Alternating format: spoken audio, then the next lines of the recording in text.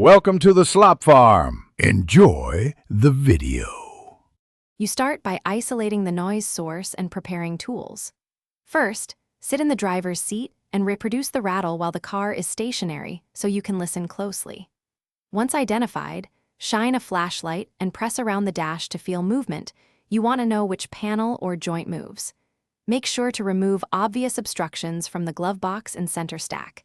Use the trim pry to lift panels gently. This early inspection saves time and points you to the correct fasteners to remove next.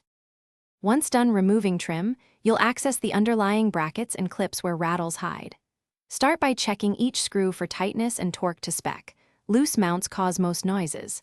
Then inspect plastic clips. Replace any cracked ones and secure gaps with small foam or adhesive felt to stop vibrations where plastics meet metal.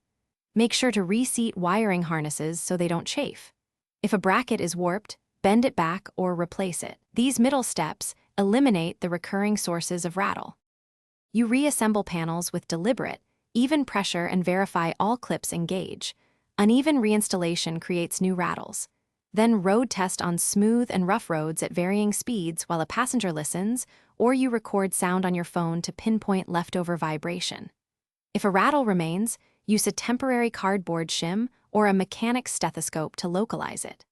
One key troubleshooting tip: if noise persists after all fasteners are secure, remove and inspect adhesive-backed foam locations.